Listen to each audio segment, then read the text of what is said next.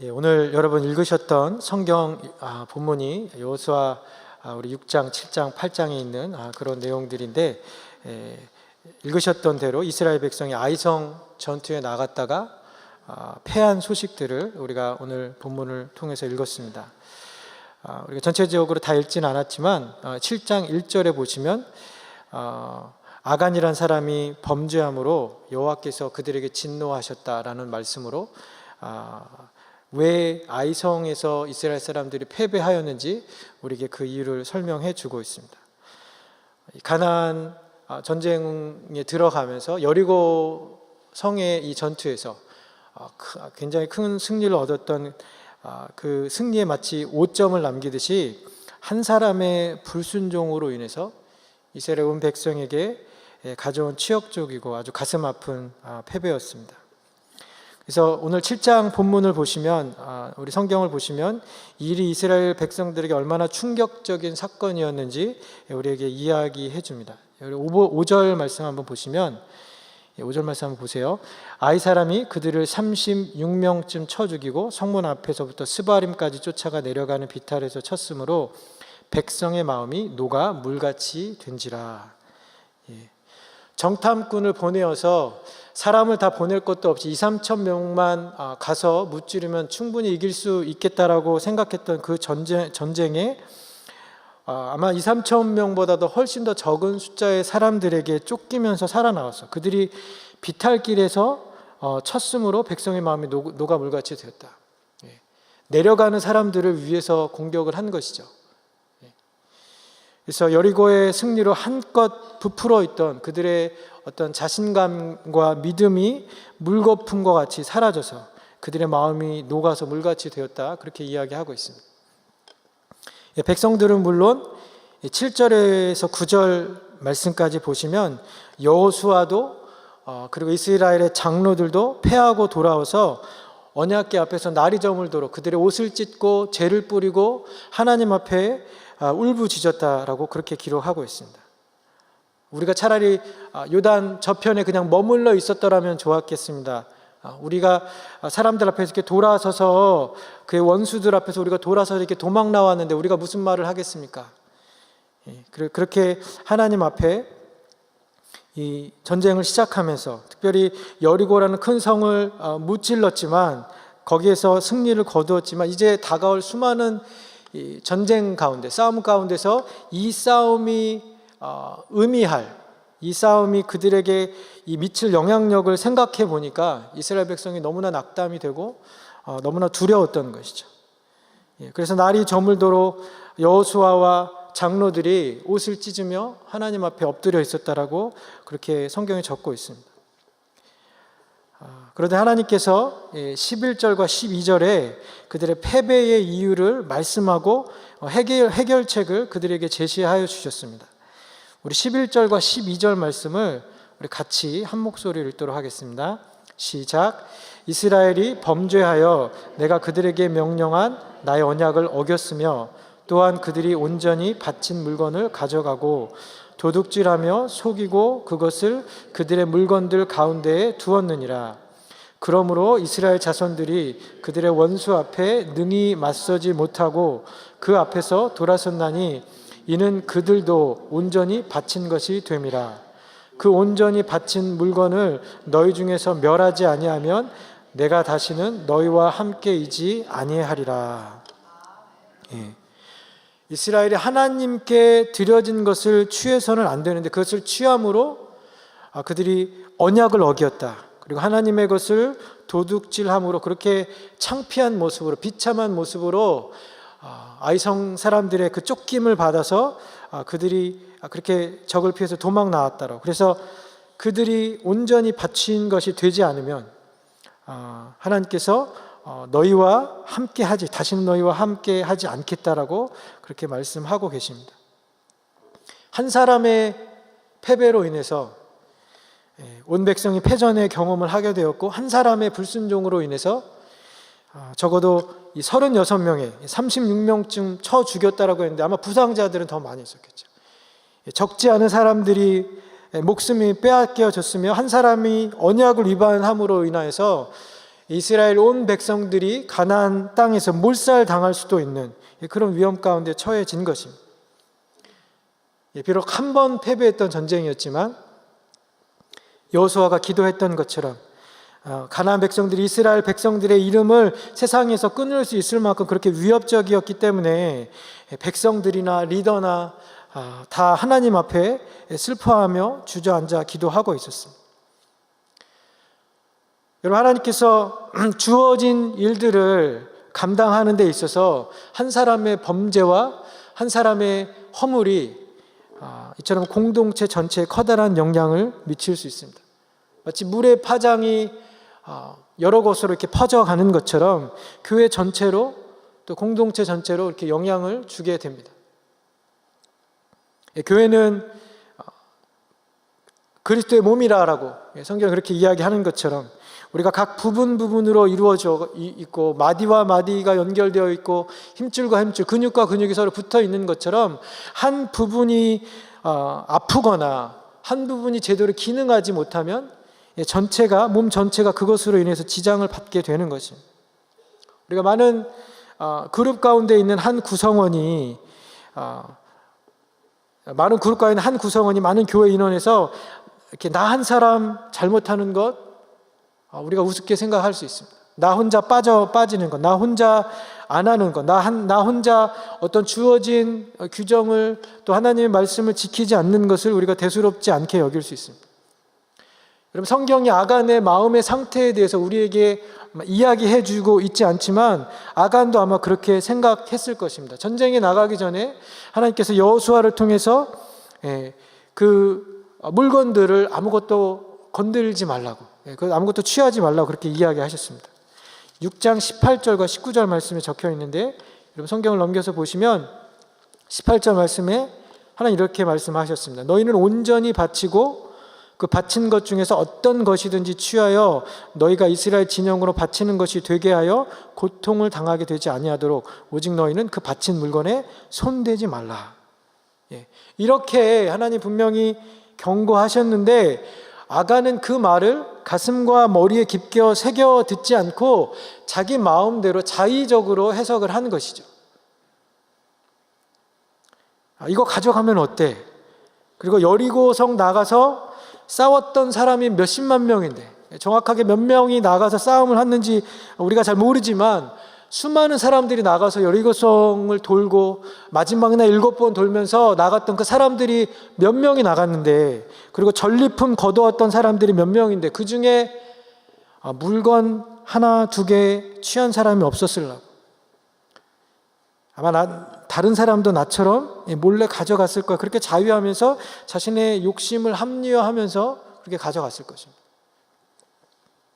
이것이 죄를 짓는 사람들의 특징입니다. 우리가 죄를 지을 때, 죄의 현장에 있을 때, 또 늘 우리가 짓는 그 죄에 대해서 또 나 스스로에 대해서 합리화를 시킵니다. 다른 사람도 다 하는데 이 규정을 지킨다라고, 이 말씀을 지킨다라고 누가 상 주는 것 아니다. 하나님 말씀 어떻게 우리가 다 지키면서 문자적으로 하나하나 다 지키면서 살 수 있는가라고 그렇게 이야기하면서 다음에 잘하면 된다라고, 아니면 잘못하면 또 하나님 앞에 회개하면 되지, 그런 마음으로 죄를 짓는 나를 변호하고 나의 잘못을 합리화시키고 나의 상황적인 어떤 논리 환경의 핑계를 대면서 죄를 합리화시키고 내가 그럴 수밖에 없었다, 또 누구라도 그러한 처지에 있었다라면 다 똑같이 했을 것이다라고 그렇게 합리화를 하면서 자신의 죄가 아닌 것처럼 포장하고 또 자기 변호의 논리를 펼치는 것들을 여러분 우리의 삶에도 발견할 수 있고 또 다른 사람에게도 우리가 발견할 수 있습니다. 그런데 여러분, 하나님의 말씀을 우리가 그렇게 자의적으로 해석하거나 자의적으로 타협해서는 안 되는 것이죠. 변질시켜서도 안 합니다. 하나님이 노라고 말씀하시는 것은 끝까지 노인 것이죠. 하나님의 성품과 하나님의 어떠한 뜻과 계획이 세상을 처음부터 지으신 그 시간부터 알파와 오메가 되신 하나님, 세상의 종말이 오는 그 시간까지 하나님의 뜻과 계획은 변함이 없습니다. 하나님의 성품은 달라지지 않습니다. 하나님께서 부정하다라고 말씀하시는 것, 거룩하다라고 이야기하시는 것들이 세상이 가고 시간이 변한다라고, 문화가 바뀌어진다라고 달라지는 것이 아닌 것이죠. 그런데 사람들은 이 하나님께서 가지고 있는 어떤 거룩의 기준을 어떤 인간적인 기준으로, 시대적인 기준으로 바꾸려는 시도를 합니다. 하나님의 말씀을 변질시켜서 자기 편한 대로 해석을 하고 자기 욕심을 채우기 위해서, 혹은 자기 죄를 가리기 위해서 말씀을 편식하듯이, 나에게 내가 하기 쉬운 것, 내가 순종하기 쉬운 말씀은 취하고, 내가 취하기 어려운 말씀들은 이것은 하나님 그렇게 말씀하신 것이 아닐 거야, 이것은 잘못된 걸 거야 라고 그렇게 이야기하면서 말씀을 버리거나, 성경의 어떤 부분의 말씀은 버리거나 아니면 변질시키거나, 그것을 내가 순종하기 쉽게 그렇게 변질시켜서 하나님 말씀을 취하는 것이죠. 우리가 얼마 전에 읽었던 대로 하나님께서 출애굽기 말씀에 장막을 어떻게 지으라고 그렇게 모세에게 말씀을 하셨습니다. 그래서 사람들도 붙여주시고 어떠한 재료들 사람들에게 자원받아서 하나님께서 장막을 지을 때, 여러분 성경에 보면 모세가 여호와의 말씀하신 대로 준행하였더라, 여호와가 말씀하신 대로, 하나님께서 말씀하신 대로 준행하였다라는 그런 구절들이 계속 반복이 됩니다.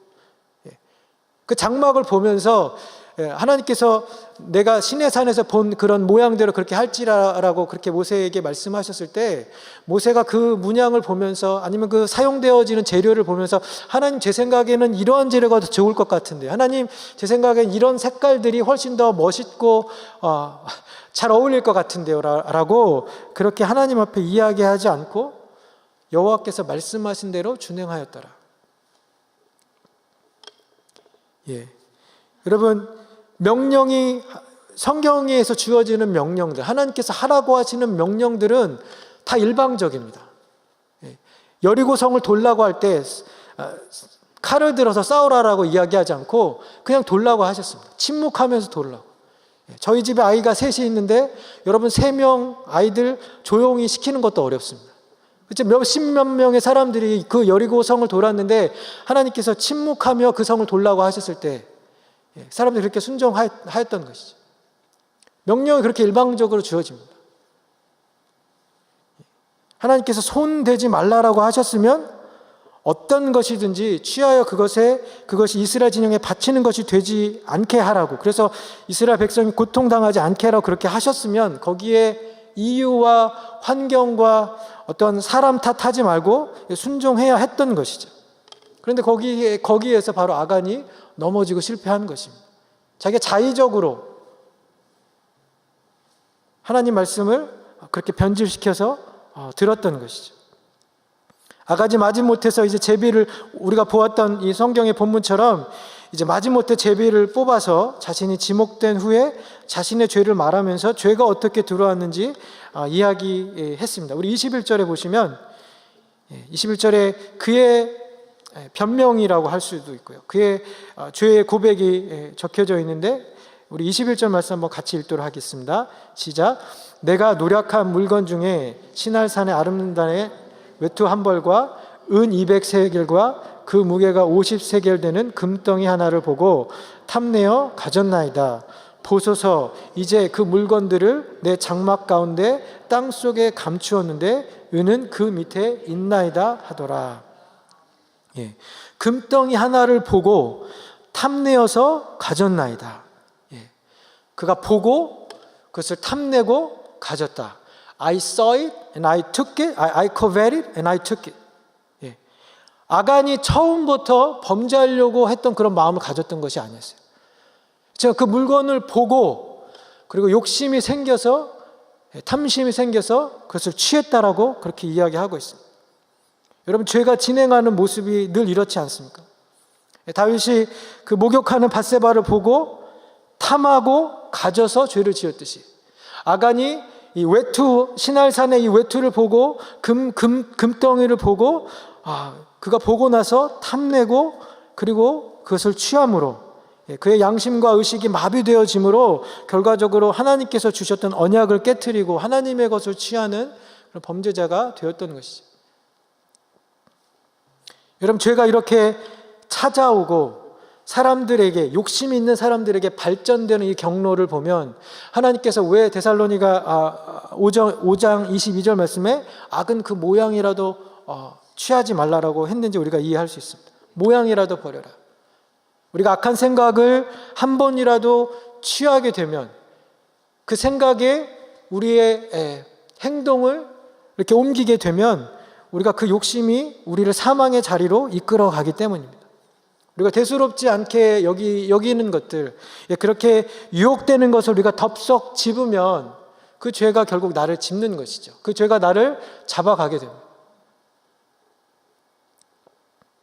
가지지 말라고 했으니까 그 말씀을 변형시키지 말고 자기 뜻대로 해석하지 말고 하나님 말씀에 순종했어야 하는데 그가 욕심으로 인하여서 양심이 타협을 하고 나중엔 하나님이 뭐라 말씀하셨는지 전혀 상관없다는 식으로 그렇게 말씀에 전혀 귀를 기울이지 않는 그러한 상태가 되어버렸습니다. 아간의 이러한 욕심으로 인해서 그의 한 사람의 불순종으로 인해서 하나님의 말씀을 업신여김으로 인하여서 그 이스라엘 공동체 전체가 여러분이 전쟁에 패하고 적지 않은 사람이 이제 이 전쟁에 패할지도 모른다라는, 이 가나안 사람들에게 우리가 멸망당할지도 모른다라는 엄청난 두려움이 온 공동체를 그렇게 덮어버렸습니다. 여러분, 이것이 죄가 가지고 있는 어떠한 파급적인 효과들입니다. 죄가 나만 망하게 하는 것이 아니라 나와 관련된 사람들, 내가 속해 있는 그런 공동체의 전체의 피해를 주게 되는 것이죠. 여러분, 나의 범죄는 공동체에 연결이 됩니다. 그래서 내가 공동체의 일원이기 때문이죠.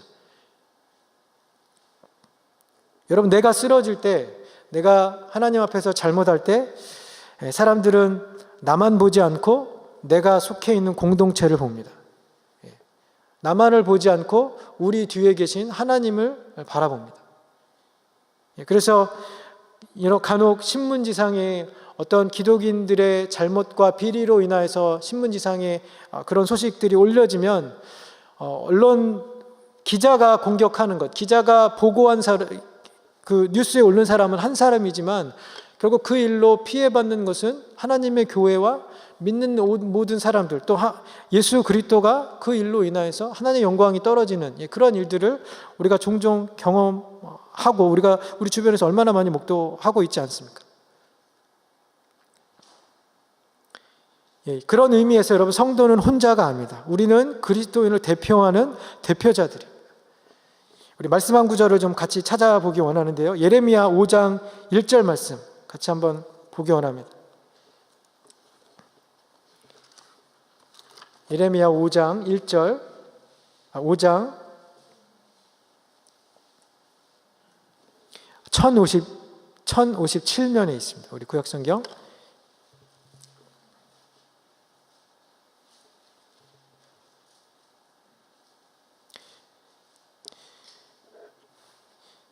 예, 5장 1절 우리 다 찾으셨으면 한 목소리 읽겠습니다. 시작. 너희는 예루살렘 거리로 빨리 다니며 그 넓은 거리에서 찾아보고 알라. 너희가 만일 정의를 행하며 진리를 구하는 자를 한 사람이라도 찾으면 내가 이 성읍을 용서하리라. 아멘. 예, 하나님께서 불순종하고 우상 숭배하는 이스라엘 백성들을 향해서 예레미야 선지자를 통하여 말씀하시기를 내가 이 성에서 진리를 행하고 정의를 구하는 사람 한 사람을 찾으면 내가 이 성읍을 용서하겠다 말씀하십니다. 여러분, 한 사람이 이렇게 하나님 앞에 중요한 것이죠. 한 사람 때문에 하나님께서 멸망시킬 한 도시를 내가 구하겠다, 내가 돌이키겠다, 내 뜻을 돌이키겠다라고 그렇게 말씀하고 계십니다. 여러분, 우리가 그리스도의 사람으로, 그리스도에게 속한 사람으로, 크리스찬이라는 그러한 이름으로 그렇게 살아가는데, 여러분, 그 말은 우리가 하나님 나라, 우리 하나님 믿는 이 백성들을 대표한다는 사람들이죠. 우리가 그리스도의 대사로 살아가는 사람들이죠. 어떤 목사들이나 아니면 이 장로님 혹은 권사님, 임직자들만 구별된 모습으로 살아가는 것이 아니라 우리가 예수 그리스도를 주라 고백하는 사람들이라면 한 사람도 예외 없이 그리스도에게 속한 사람으로, 그리스도를 대표하는 사람으로 우리가 그렇게 하나님 앞에 살아가야 하는 것입니다. 우리가 아무렇게나 대충 살아갈 수 없습니다. 우리 안에 빛이 있다면 여러분, 우리가 빛을 어떻게 가릴 수가 있습니까? 소금이 어떻게 짠맛을 잃어버릴 수가 있습니까? 우리가 가는 곳에 나로 인하여서 빛이 드러나야 하고, 우리가 가는 곳에 나로 인하여서 썩어야 할 것들이, 부패한 것들이 우리로 인하여서 깨끗해지는 그런 일들이 일어나야 할 것입니다. 그리스도인은 우리 안에 계신 그리스도 때문에 우리의 환경과 주변을 달라지게 하는 그런 한 사람이 되어야 합니다.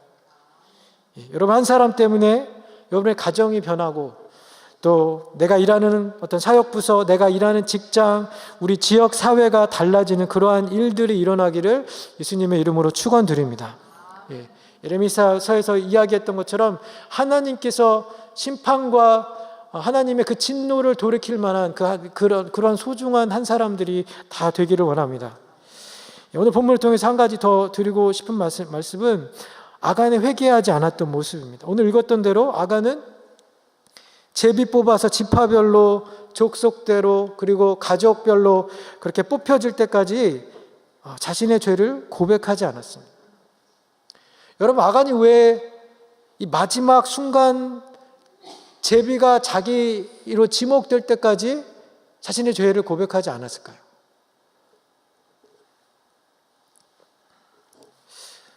아까도 얘기했던 것처럼 설마 그 물건을 가져간 사람, 전리품을 가져간 사람이 나 한 사람뿐일까? 나 말고도 다른 사람이 가져간 사람이 있을 거야 라고 그렇게 생각하지 않았을까? 어쩌면 두려운 마음 때문에 그가 나오지 못했는지도 모르겠습니다. 어쨌든 성경이 침묵하고 있어서 그가 왜 마지막까지 나오지 않았는지 우리가 확실히 알 수 없지만, 그러나 우리가 오늘 성경을 통해서 분명히 확인할 수 있었던 것은 그 마지막까지 하나님 앞에 회개하지 않았다는 것이죠. 회개할 기회가 주어졌음에도 불구하고 하나님 앞에 진실함으로 그렇게 나오지 않았었습니다. 아간의 오늘 이 본문의 심판이 있기 전에 이스라엘이 전쟁에 패하고 돌아왔던 날, 여호수아와 모든 장로들이 옷을 찢고 죄를 뒤집었으며 하나님 앞에 엎드려 있을 때, 그리고 36명이라는 사람이 죽어서 그러한 패배가 있었던 그 날에 아간은 그 일이 자기 때문에 일어났다는 사실을 깨닫지 못하고 하나님 앞에 회개하지 않았습니다. 특별히 11절과 13절, 우리가 읽지는 않았지만 7장 13절에 보시면 하나님께서 이렇게 얘기하십니다. 너는 일어나서 백성을 거룩하게 하여 이르기를 너희는 내일을 위하여 스스로 거룩하게 하라. 내일을 위하여 스스로 거룩하게 하라. 이 패전의 이유를 여호수아가 백성들에게 이야기했는지 이야기하지 않았는지 본문이 이야기하고 있지 않아서 우리가 잘 모르지만, 어쨌든 내일을 위해서 스스로 거룩하게 하라. 너희를 consecrate 해라. 너희를 성결하게 하라는 이 말씀은 여호수아를 통해서 하나님께서 말씀하셨어요. 그런데 스스로 거룩하게 하라는 이 의미가 어떤 의미인지 이스라엘 백성들은 이미 경험을 했습니다. 앞에서 여러분 요단강을 건너가기 전에 하나님께서 여호수아 백성에게 내일을 위하여 너희를 성결하게 하라. 그날도 너희를 정결하게 하라고 하나님께 말씀하셨습니다. 정결하게 하라는 의미는 너희 가운데 죄를 없이 하라는 이야기죠. 너희 가운데 죄가 있다면 하나님 앞에 용서를 구하고 하나님 앞에 정결하게, 거룩하게 그 상태로 머물러 있으라는 이야기입니다. 분명히 이 패전에서 돌아온 날 스스로 거룩하게 하라라고 그렇게 이야기했는데 아간은 자신의 죄를 이날도 고백하지 않았습니다. 그리고 오늘 우리가 읽었던 이 7장 본문의 내용처럼 자신의 지파가 선별이 되고 자신의 족속이 선택이 되고 자신의 가족이 선택되고, 그리고 마지막으로 자신이 지목될 때까지 자신의 죄를 고백하지 않고 이제 마지못해서 더 이상 부인하지 못하게 제비가 자신을 지목했을 때야 여호수아가 명령하고 자박하고 숨기지 말라고 했을 때 그가 이야기를 합니다. 물건을 도적질한 후에 그가 공개하지 않고 자기 장막 밑에 숨겨 두었다는 것은 자기 자신도 자신 행위가 잘못된 것임을 알고 있었다는 이야기입니다. 그가 양심의 소리를 외면하고 하나님께서 주신 회개의 기회를 놓쳤습니다. 36명의 사람들이 죽고 여호수아와 자신의 리더들이 하나님 앞에서 엎드려서 기도하고 있었는데도 불구하고 회개하지 않았습니다. 자신의 지파가 뽑히고 가문과 가족이 선출되었던 순간까지 그는 침묵하고 있었고, 마침내 진노의 화살이 자기를 가르쳤을 때야 자신의 죄를 뒤늦게 고백하고 있습니다. 여러분, 죄를 짓는 자가 망하는 것은 하나님의 긍휼이 부족해서가 아니라 죄를 지은 자의 완악함 때문입니다. 하나님께서 회개할 기회를 주셨는데도 불구하고 그것을 죄라 인정하지 않고 죄를 고백하지 않았기 때문입니다.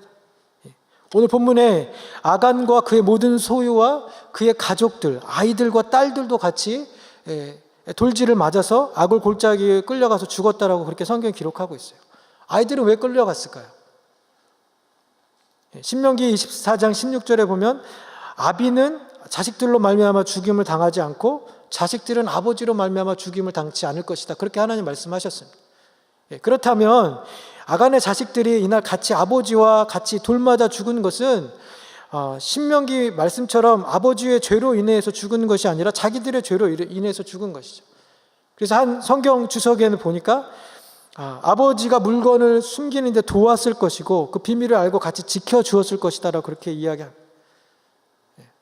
하나님께서 죄가 없는 아간의 자식들도 함께 죽었던 것이 아니라 그들이 같이 공모하면서 그 죄를 숨겨주면서 같이 하나님 앞에 진노를 받게 되었던 것이죠. 여러분, 우리가 죄악이 관영한 세상 가운데 살다 보니까 죄를 가볍게 여기고 또 죄가 죄인 줄 모르고 그렇게 우리가 살아가고 있습니다. 죄에 쉽게 동조하고 또 죄를 인정하지 않고 죄를 또 회개하지 않고 그렇게 하나님 앞에 살아가고 있습니다. 그렇지만 이 죄에 대한 하나님의 심판과 정죄는 조금도 타협이나 조금도 오차가 없습니다.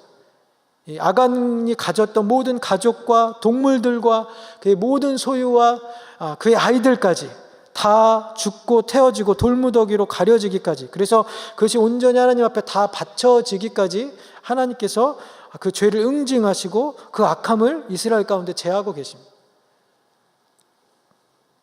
여러분, 우리는 보여지는 죄를 더 심각하게 생각을 합니다.